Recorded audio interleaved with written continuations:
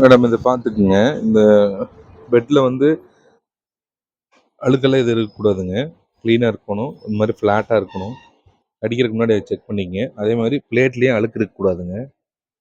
Plate க்ளீனாக இருக்கணும். அப்போ தான் உங்களுக்கு அந்த அடிக்கும்போது மிஸ்டேக் வராமல் அடிக்க முடியும். நான் உங்களுக்கு அடித்து காட்டுறேன் பாருங்கள். டெம்பரேச்சர் வந்து 180ங்க. 3 செகண்டு வச்சுருக்கேன். 180 3 செகண்ட் வச்சுருக்கேங்க.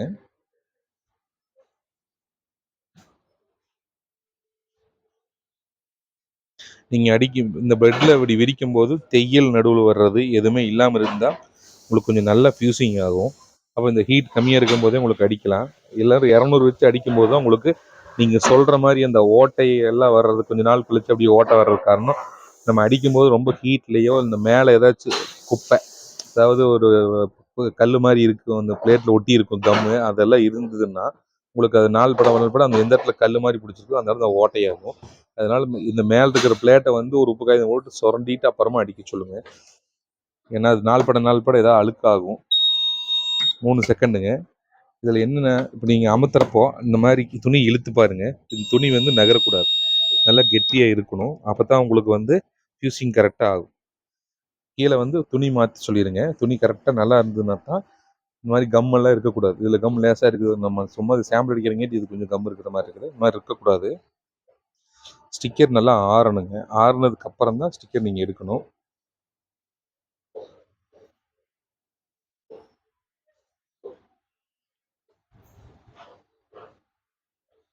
நான் உங்களுக்கு இது மாதிரி நான் கொஞ்சம் அடித்து காட்டுறேன் பாருங்கள்.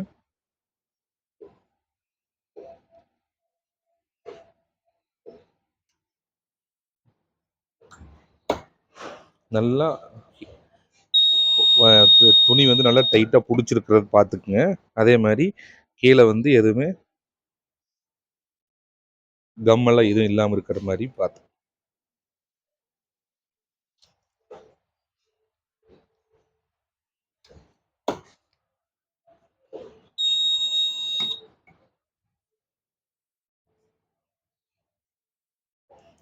அப்புறம் அடித்த உடனே விசையாக தூக்கி போடுவாங்க. அதை கொஞ்சம் பொறுமையாக பண்ண சொல்லுங்கள். எப்பவுமே அடித்தோடனே விசையாக தூக்கி போடுறப்போ உங்களுக்கு அந்த இடத்துல பேப்பர் எங்கெங்கே மடங்குதோ அங்கே ஒட்டாது. சூடு உருகிற நிலைமையில் இருக்கிறப்போ இது உருகி முடிஞ்சிருச்சு. இந்த நிலைமையில் தூக்குறப்போ உங்களுக்கு ஒன்றும் ஆகாது.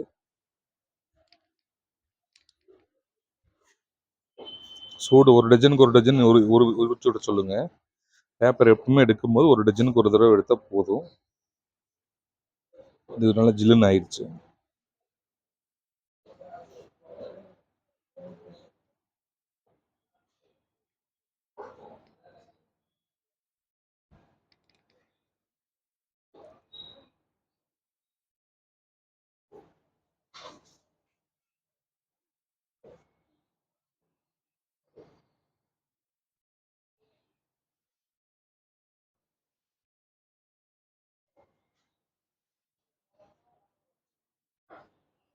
இந்த மாதிரி அடிச்சிட்டிங்கன்னா உங்களுக்கு